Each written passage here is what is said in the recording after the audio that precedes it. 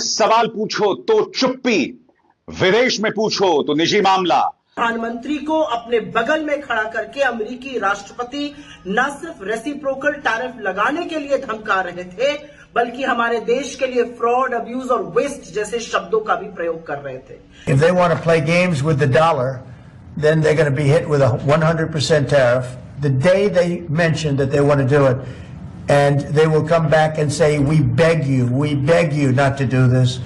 Bharat BRICS का हिस्सा है और उनका कहना था कि ब्रिक्स के देश थर-थर कांप रहे हैं, अमेरिका इसके बाद क्या करेगा। और अब दूसरा विमान आया तो फिर वही कहानी दोहराई गई, वही हथकड़ियां, वही बेड़ियां। मोहतरम नाज़रीन, नरेंद्र मोदी ने अमेरिका का दौरा किया है, जो कि अपने दौरे के बारे में बड़े उम्मीद थे कि वहां जाकर जो लोग अमेरिका से डिपोर्ट किए गए हैं और जानवरों का सलूक करते हुए डिपोर्ट किए गए हैं, उनकी इज्जत नफ्स के बारे में भी कहेंगे। चूंकि बकिया लोगों ने भी वहां से डिपोर्ट होना, तो उनको कम अज कम इंसानी हमदर्दी रखते हुए और इज्जत से वहां से डिपोर्ट किया जाए, ये बात उनके ज़ेहरे नजर थी। इससे कबल चूंकि उन्होंने डोनाल्ड ट्रंप ने 25% टैरिफ लगाने की धमकी दी थी, उन्होंने कहा जी हम, क्योंकि हमारे मित्र हैं, हमारे ताल्लुकात ट्रंप से बेहतर हैं, क्योंकि जो बाइडन उसने पीठ में छुरा घूमता था और $1 अरब जो खा गए थे इंडिया के, जबकि डोनाल्ड ट्रंप जो है वो दोस्ताना ताल्लुकात रखते हैं, तो ये मोदी जी उनको अपना दोस्त समझते हैं। लिहाजा मोदी जी वहां पर जाकर अपने दोस्त की मुलाकात भी करेंगे और उनसे ये मुद्दे भी उठाएंगे कि जी हमारे टैरिफ भी कुछ कम किए जाए और हमारे जो लोग रिपोर्ट करने हैं उनको भी इंसानियत के तरीके से रिपोर्ट किया जाए अगर करने हैं तो। जी साहब वहां पर गए, वहां पर उन्होंने इज्जत तो क्या करनी थी, बेइज्जती करके भेज दिया। साथ बिठाकर उन्होंने टिका के बेइज्जती की, ना सिर्फ हाई लेवल पे टैरिफ लगाए बल्कि ब्रिक्स कंट्रीज की गिला भी की, उनको धमकाया भी और ये कहा कि जी ब्रिक्स कंट्रीज आर डेड, ये हमारे सामने भीख मांग रहे, गिड़गिड़ा रहे हैं, हम इनके ऊपर 100% टैरिफ लगाएंगे। अंदाजा करें कि मोदी जी का मुंह देखने के लायक था। मोदी जी की जो बेइज्जती हुई है, जो जग हंसाई हुई है इंडिया की, कि एक सामने बिठा के बेइज्जती करना, ये कुछ अलग ही लेवल का स्वाद होता है। ये सिर्फ स्वाद मोदी जी और इंडिया ही चख सकता है। कुछ जो गैर जानदार मीडिया है वो तो जलकर राख हो गया है कि जी हमारे वजीर आजम के साथ ये क्या हुआ। हम तो ट्रंप को अपना मित्र और दोस्त समझते थे, ये ट्रंप ने हमारे साथ क्या किया है। और कुछ लोग तो कह रहे हैं कि जी उसने सिर्फ अपने फायदे का सौदा किया है, क्योंकि उसने F-35 जहाज देने के लिए कहा है।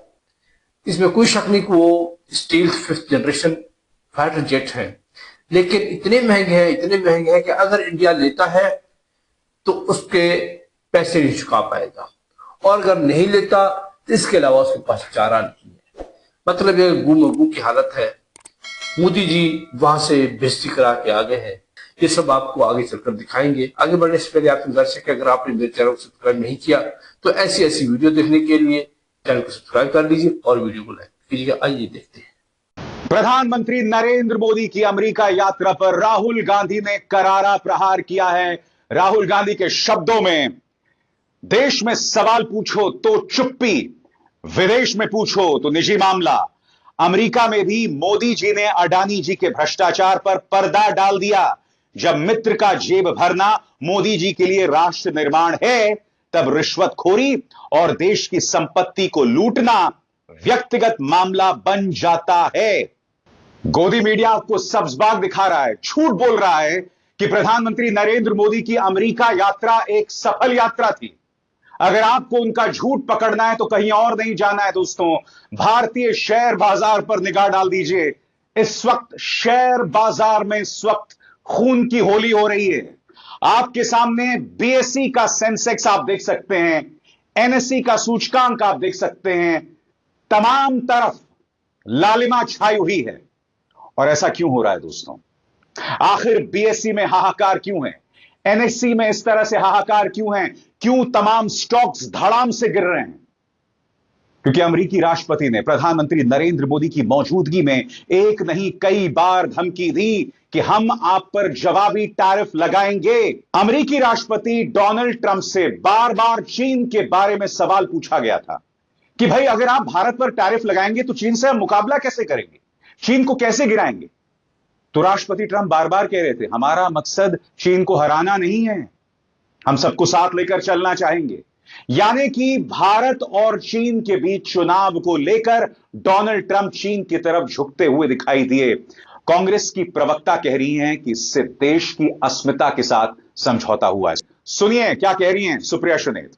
नरेंद्र मोदी अमेरिका गए हुए हैं, वो इस देश के प्रधानमंत्री हैं और हमारे देश के प्रधानमंत्री को अपने बगल में खड़ा करके अमेरिकी राष्ट्रपति न सिर्फ रेसिप्रोकल टैरिफ लगाने के लिए धमका रहे थे, बल्कि हमारे देश के लिए फ्रॉड, अब्यूज और वेस्ट जैसे शब्दों का भी प्रयोग कर रहे थे।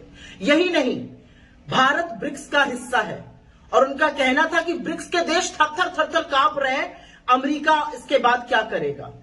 नरेंद्र मोदी अमेरिका की धरती पर है और इस तरह का बर्ताव नाकाबिले बर्दाश्त है। जब 143 करोड़ के देश के प्रधानमंत्री से पूछा गया अवैध घुसपैठ पर, तो उन्होंने एक बार भी अमेरिकी राष्ट्रपति के सामने हाथों में हथकड़ियां, पैरों में बेड़ियां, महिलाओं तक को नहीं बख्शा गया, जो हमारे लोगों के साथ प्रताड़ना की गई, जो उनको यातनाएं दी गई, जो इस देश का अपमान हुआ, उसके बारे में एक शब्द नहीं बोला। असलियत यह है कि अमेरिका के राष्ट्रपति ने हमारे देश का अपमान किया है, नरेंद्र मोदी जी का अपमान किया और मोदी जी कुछ नहीं कह पाए। भक्तों के विश्वगुरु की पोल खुल चुकी है। ये चले थे वॉर रुकवाने, अरे 2 शब्द तो देश के लिए बोल दिए होते। सबसे बड़ी बात यह कहना कि ब्रिक्स इज डेड और वो हमारे सामने भीख मांग रहे हैं, जबकि आप जानते हैं ब्रिक्स का हिस्सा भारत है। राष्ट्रपति ट्रंप ने फिर धमकी दी कि हम उन पर 100% टैरिफ लगाएंगे। अब आप बताइए ना कि ऐसे में शेयर बाजार में हाहाकार नहीं मचेगा तो क्या मचेगा। देखिए किस तरह से उस सम्मेलन का अपमान कर रहे थे जिसका भारत हिस्सा है, यह जानते हुए कि प्रधानमंत्री नरेंद्र मोदी अमेरिका में हैं। इस अहंकार के बारे में आप क्या कहेंगे? सुनिए ब्रिक्स के बारे में क्या कहा Donald Trump. In the past, you have spoken against BRICS. India is part of BRICS.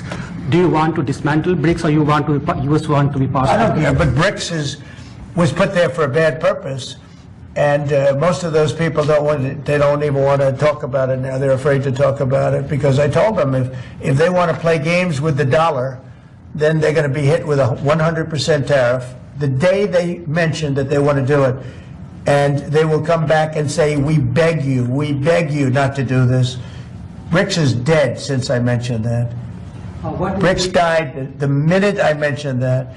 If BRICS wants to play games, those countries won't trade with us, we won't trade with them, and if any trading gets through, it'll be 100% tariff at least. तो देखा आपने, 0 सन्नाटा। तो अमृतसर में दूसरा विमान उतरा और फिर वही स्टोरी दोहराई गई।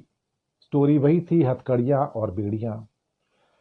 मोदी जी जब अमेरिका में गए थे तो हमें आश्वासन दिया गया था कि अब हम बात करेंगे और आगे से भारतीयों के साथ ऐसा अमानवीय व्यवहार ना हो, इस बात का बंदोबस्त किया जाएगा। पर शायद मोदी इतने प्रेशर में थे, इतने ज़्यादा दबाव में थे कि उनकी हिम्मत ही नहीं पड़ी कि ट्रंप से उस बारे में बात कर सकें।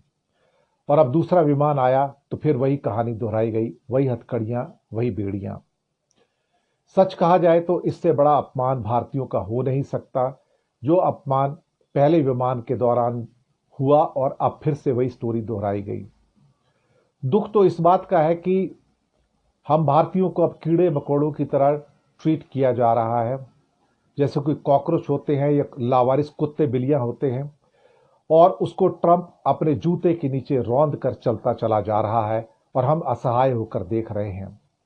असहाय होकर इसलिए देख रहे हैं कि हमारी सरकार की जो कायराना हरकतें हैं वो शायद हमको अब इस काबिल नहीं समझती कि हम एक इंसान बन के अपना एक मानवीय व्यवहार जो होता है उसकी डिमांड कर सकें।